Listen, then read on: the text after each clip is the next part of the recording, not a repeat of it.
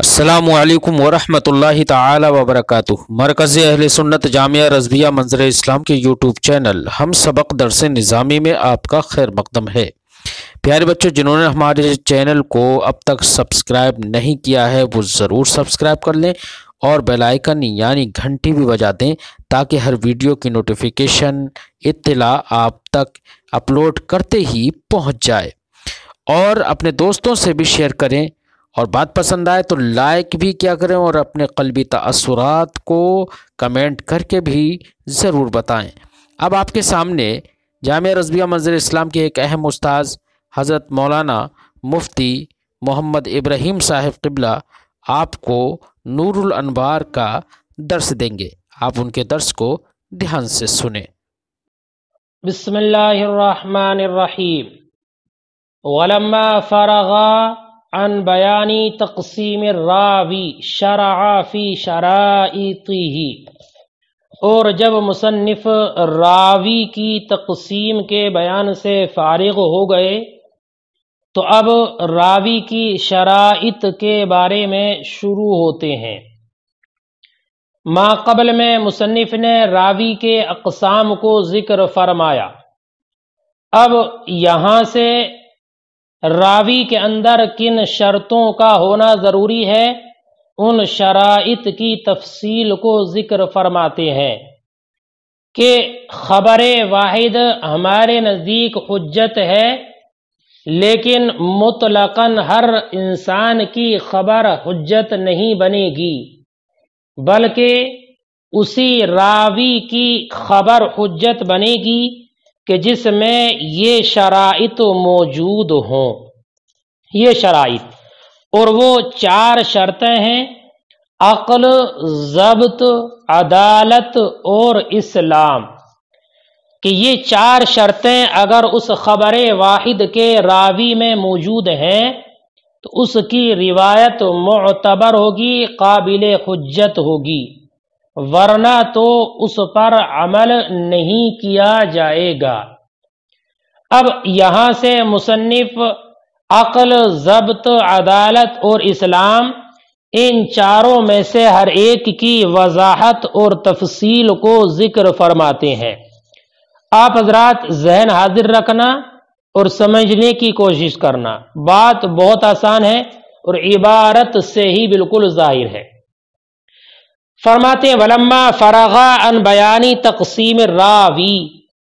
اور جب مصنف راوی کی تقسیم کے بیان سے فارغ ہو گئے، شرع فی شرائطہ، تو شروع ہوئے راوی کی شرطوں کے بیان میں۔ فقالا، تو فرمایا وانما جعل الخبر حجتا بشرائط فی الراوی، اور جب بے شک خبر کو حجت بنایا گیا ہے ان شرائط کے ساتھ جو راوی میں ہوں، وہیا، اور وہ 4 ہیں: العقل والضبط والعدالت والاسلام، عقل، ضبط، عدالت اور اسلام۔ فالعقل، اب یہاں سے عقل کی وضاحت کرتے ہیں، پھر ضبط کو ذکر کریں گے، پھر عدالت، پھر اسلام۔ فرماتے فالعقل، تو عقل کی تعریف کرتے ہیں، ہوا نور فی بدن الآدمی، وہ نور ہے انسان کے بدن میں، یضیء بہ طریق یبتدئ بہ من حیث ینتہی الیہ درک الحواس، کہ عقل وہ نور ہے انسان کے بدن میں کہ جس سے روشن ہوتا ہے وہ طریقہ روشن ہوتا ہے کہ جس طریقے اور راستے کی ابتدا ہوتی ہے اس جگہ سے کہ جہاں پر حواس کی انتہا ہو جاتی ہے، یعنی جس جگہ پر حواس کی انتہا ہو جاتی ہے وہاں سے اس کی ابتدا ہوتی ہے، تو وہ راستہ جس کی ابتدا وہاں سے ہوتی ہے وہی طریقہ، وہی راستہ، وہی عقل ہے۔ شارح اور تفسیر فرماتے ہیں اے نور یضیء بسبب ذلک النور طریق، یعنی وہ نور ہے کہ جس نور کے سبب سے روشن ہوتا ہے کہ ایسا طریقہ، یبتدئ بذلک الطریق، کہ ابتدا ہوتی ہے اس راستے کی، میں مکان، ایسی جگہ سے، ینتہی الی ذلک المکان درک الحواس، کہ جس جگہ پر حواس کے ادراک کی انتہا ہو جاتی ہے۔ مثلا مثال فرماتے لو نظر احد الی بناء رفع، کہ اگر کسی نے دیکھا بلند عمارت کی جانب، انتہا درک الحوا درک البصر الی البنا، تو انتہا ہو جاتی ہے آنکھ کے ادراک کی عمارت تک پہنچ کر. ثم یبتدئ منہ طریق، پھر اس سے ظاہر ہوتا ہے ایک ایسا طریقہ، شروع ہوتا ہے ایک ایسا طریقہ، الی انہ لا بد لہ، کہ اس کے لیے ضروری ہے من صانع، کسی کاریگر کا ہونا. کیا؟ کاریگر کا ہونا، جو کیسا ہو؟ ذی علم و حکمت، جو علم و حکمت والا ہو. فمبتدأ العقول ہوا منتہی الحواس، تو عقول کا مبتدا یہ حواس کا منتہا ہے، یعنی جہاں پر حواس کی انتہا ہوتی ہے وہاں سے عقل کی ابتدا ہوتی ہے. فرماتے وہذا فیما کان الانتقال من المحسوس الى المعقول، اور یہ تو اس جگہ پر ہوگا کیا کہ عقل کی ابتدا وہ جگہ ہوگی جہاں پر حواس کی انتہا ہوگی، لیکن یہ ان صورتوں میں ہوگا کہ جہاں پر انتقال محسوس سے معقول کی جانب ہو. واما اذا كان معقولا صرفا، لیکن اگر وہ معقول ہو، محض معقول، فانما يبتدئ به طریق العلم من حيث يوجد، تو اس کے لیے علم کا طریقہ ظاہر ہوگا اسی جگہ سے جہاں پر وہ پایا گیا. فيبتدئ المطلوب للقلب فيدركه القلب، تو اب یبتدئ یہ ظاہر ہونے کے معنی میں ہے، تو ظاہر ہوگا مطلوب قلب کے لیے، ظاہر ہوگا مطلوب قلب کے لیے. فیدرکہ القلب، تو قلب اس کا ادراک کر لے گا بتأملہ، غور و فکر کے ذریعے، تأملہ غور و فکر کے ذریعے مطلوب میں غور و فکر کر کے اس کو حاصل کر لے گا. وفی تنبیہ، اور اس میں تنبیہ اس بات پر علی ان القلب مدرک، کہ قلب یہ مدرک ہے، والعقل آلۃ اللہ، اور عقل اس کے لیے آلہ ہے، علی طریق اہل الاسلام، اہل اسلام کے طریقے پر. یعنی اہل اسلام کا طریقہ اور عمل یہی ہے کہ ان کے نزدیک قلب یہ مدرک ہے اور عقل اس کے لیے آلہ ہے. لہذا قلب کے لیے عین باطنہ ہے، فللقلب عین باطنہ، تو قلب کی عین باطنہ ہے، یدرک بها الاشیاء، کہ جس کے ذریعے وہ اشیاء کا ادراک کرتا ہے، بعد اشراقہ بالعقل، عقل کے ذریعے روشن ہونے کے بعد. کما ان فی الملک الظاہر، جیسے کہ ظاہر ملک میں اس دنیا میں ہم دیکھتے ہیں، تدرک العین بعد الاشراق، کہ تدرک العین، کہ آنکھ ادراک کر لیتی ہے، بعد الاشراق بالشمس او السراج، سورج سے یا چراغ سے روشن ہونے کے بعد. لیکن اگر اندھیرا ہی اندھیرا ہو، سورج کی روشنی نہ ہو، چراغ کی روشنی نہ ہو، تو آنکھ ادراک نہیں کر پائے گی. تو آنکھ اسی وقت ادراک کرے گی جب کہ وہ چیز روشن ہو، سورج کے ذریعے یا چراغ کے ذریعے. ایسے ہی قلب ادراک اسی وقت کرے گا جب کہ عقل اس کا صحیح کام کرتی ہو، اور عقل جو آلہ ہے وہ اس کے تولیے صحیح استعمال ہو. فرماتے یہ تو اہل اصول کے نزدیک ہے، اہل اسلام کے نزدیک ہے، لیکن حکامہ کے نزدیک، حکامہ لوگ کیا کہتے ہیں؟ فرماتے وعند الحکماء، اور حکامہ کے نزدیک المدرک هو النفس الناطقہ، کہ ادراک کرنے والی جو شے ہے وہ نفس ناطقہ ہے، بواسطۃ العقل والحواس الظاہرہ او الباطنہ، عقل اور حواس ظاہرہ یا باطنہ کے واسطے سے. والشرط الکامل منہ، اور شرط اس سے کامل ہے. سنو، یہ کہا کہ عقل ضروری ہے، عقل کہ راوی عاقل ہو. اب بیچ میں انہوں نے عقل کی تعریف کر دی اور عقل کے بارے میں کچھ باتوں کا ذکر کر دیا. اب فرماتے عقل بھی دو طرح کی ہوتی ہے، ایک کامل عقل ہوتی ہے اور ایک عقل قاصر ہوتی ہے. کامل عقل جو کہلاتی ہے وہ بالغ انسان کی عقل ہے. بالغ اگر انسان ہے تو اس کی عقل کامل ہے، اور اگر نابالغ انسان ہے، بچہ ہے یا مجنون ہے یا پاگل دیوانہ ہے، تو اس کی عقل جو ہوتی ہے وہ قاصر ہوتی ہے. تو باب روایت حدیث میں جو عقل کا شرط ہونا ذکر کیا گیا ہے اس سے مراد عقل کامل ہے. والشرط الکامل منہ، اور شرط عقل کامل ہے. اے الشرط فی باب روایت الحدیث الکامل من العقل، یعنی باب روایت حدیث میں کامل عقل شرط ہے. وہو عقل البالغ دون القاصر میں، اور وہ بالغ کی عقل ہے نہ کہ قاصر کی. وہو عقل الصبی، اور قاصر کی عقل کون ہے؟ فرماتے ہیں وہ بچے کی عقل ہے. والمعتوہ، اور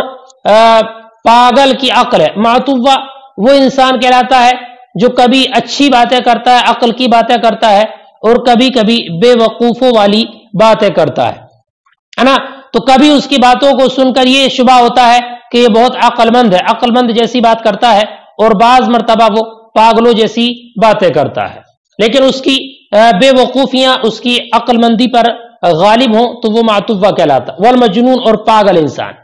لأن الشرع، ان کی عقل معتبر نہیں ہوگی، اس لیے کہ شریعت نے خود انہیں ان کے تصرف کا اہل نہیں بنایا ہے، بلکہ ان کے نفس کے مالک ان کے ولی ہوتے ہیں، تو امر دین میں بدرجہ اولا یہ اس کی صلاحیت نہیں رکھیں گے. لأن الشرع لما لم يجعلهم اہلا للتصرف، اس لیے کہ جب شریعت نے ان کو تصرف کا اہل نہیں بنایا ان کے نفس کے امور میں، ففی امر الدین اولا، تو دین کے معاملے میں بدرجہ اولا یہ اس کے اہل نہیں ہوں گے. وہذا اذا كان السماع والرواية قبل البلوغ، فرماتے ہیں یہ اس وقت ہوگا کیا کہ عقل، بچے کی عقل کا اعتبار نہیں ہے، یہ اس وقت ہے جب کہ سننا اور روایت کرنا دونوں بلوغ سے پہلے ہوں، یعنی اس روایت کو بلوغ سے پہلے ہی سنا ہو اور بلوغ کے قبل ہی اس کو روایت کر رہا ہے تو یہ درست نہیں ہے. لیکن اگر سننا بلوغ سے پہلے ہو اور روایت کرنا بلوغ کے بعد ہو تو اس میں کوئی حرج نہیں ہے. وَأَمَّا إِذَا كَانَ السِّمَاعُ قَبْلَ الْبُلُوغِ، لیکن اگر حدیث کا سننا بلوغ کے زمانے سے پہلے ہے، وَالرِّوَایَةُ بَعْدَ الْبُلُوغِ، اور روایت کرنا بالغ ہونے کے بعد ہے، يُقْبَلُ قَوْلُ الصَّبِيِّ فِيهِ، تو اس میں بچے کا قول قبول کیا جائے گا، إِذْ لَا خَلَلَ فِي تَحَمُّلِهِ، اس لیے کہ اس کے تحمل میں کوئی خلل نہیں ہے. کیوں؟ لِكَوْنِهِ مُمَيِّزًا، اس لیے کہ وہ ممیز ہے، تمیز کرنے والا ہے، وَلَا فِي رِوَایَتِهِ، اور اس کے روایت کرنے میں بھی کوئی خلل نہیں ہے، لِكَوْنِهِ عَاقِلًا، اس لیے کہ وہ عقل مند ہے. تو راوی میں جو 4 شرطیں ہیں عقل، ان میں سے پہلی شرط عقل کا ذکر ہوا. دوسری شرط ضبط ہے، فرماتے والضبط، ضبط سے مراد کیا ہے، ضبط کا معنی کیا ہے، تو اس کی تعریف فرماتے ہیں مصنف تفصیل کے ساتھ، فرماتے ہوا سماع الکلام کما یحق سماعه، ضبط سے مراد یہ ہے کہ کلام کو سننا جیسے کہ کلام سننے کا حق ہے، یعنی کلام سننے کا حق یہ ہے کہ اول سے آخر تک الفاظ کر ایک ایک لفظ سے اور ایک ایک بات کو کلمات کی ترکیب اور حیات کے ساتھ بالکل ایسے سنیں جیسے کہ بات کو سمجھا جاتا ہے، سنا جاتا ہے. کما یحق سماعه، اے سماعا مثل سماع شیء یحق سماعه، یعنی ایسا سننا کہ جیسے کہ اس چیز کے سننے کا حق ہے. یعنی کیا مطلب ہے اس سے، من اوله لآخری، یعنی اول سے آخر تک مکمل بات کو سننا. بتمام الکلمات والحیات الترکیبیہ، تمام کلمات اور حیات ترکیبیہ کے ساتھ.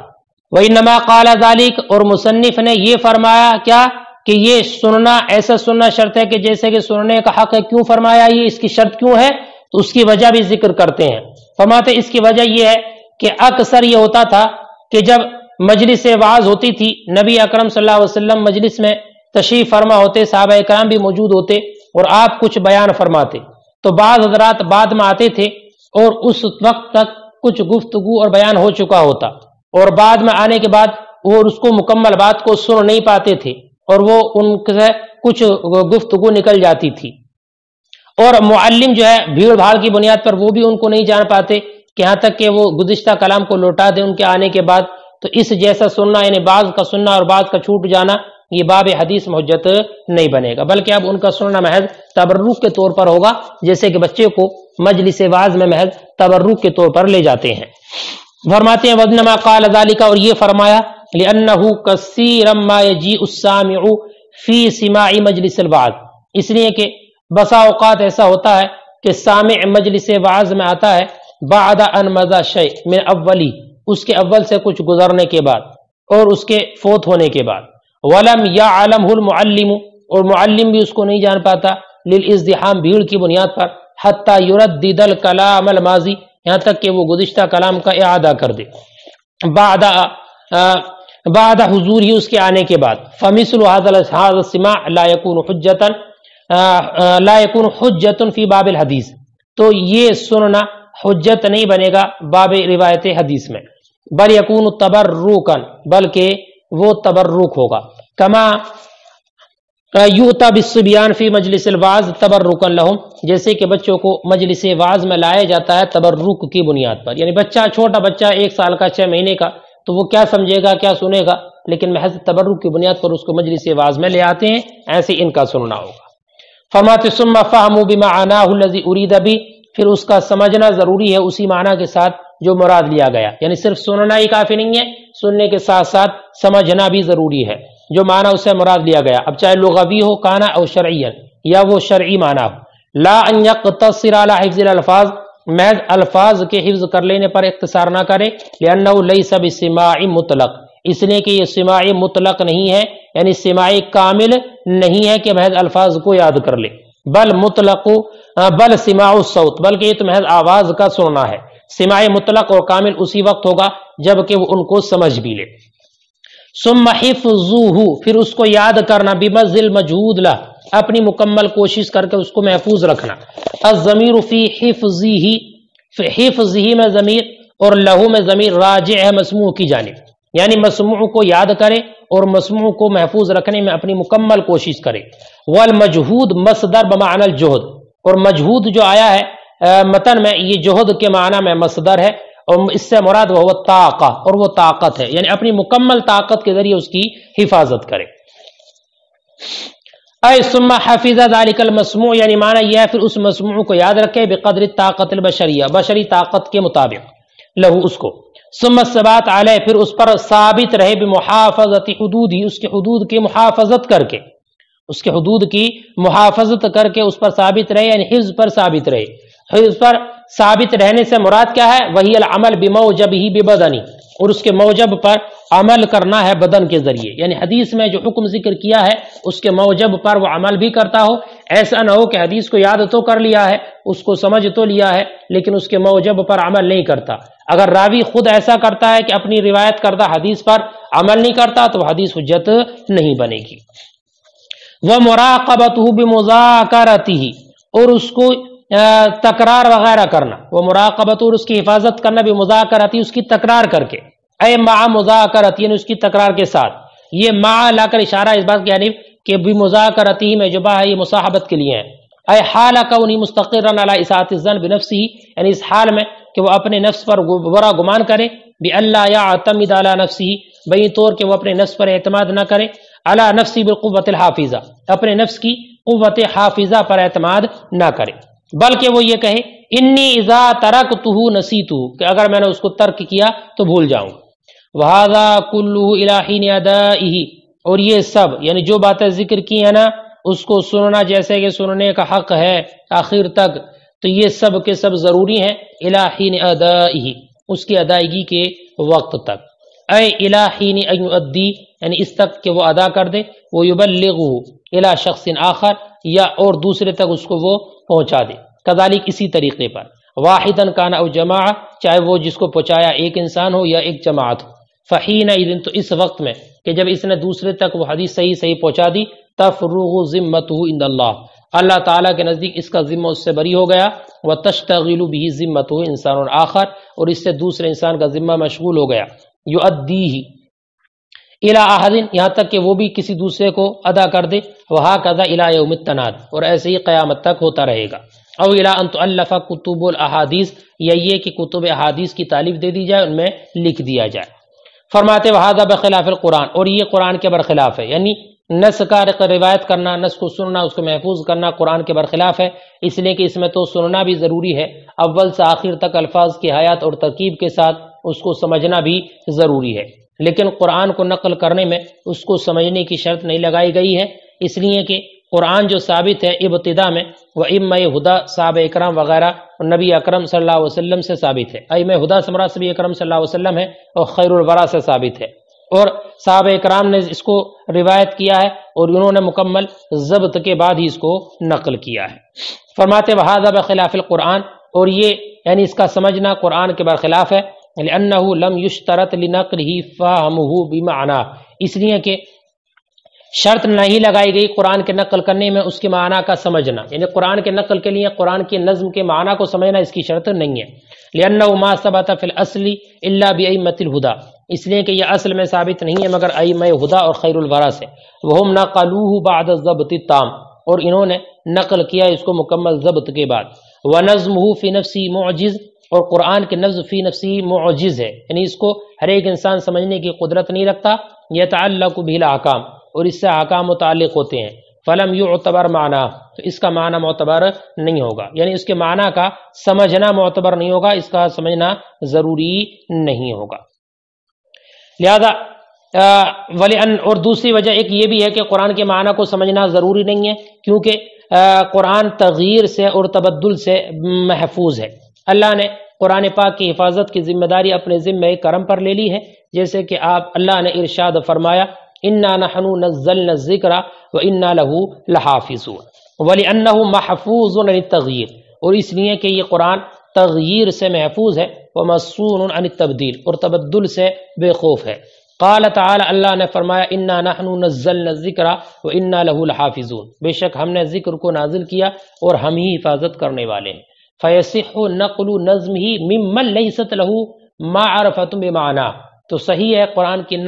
نظم کا نقل کرنا اس کے لیے بھی کہ جس کے لیے قرآن کے نظم کے معنی کی معرفت نہ ہو۔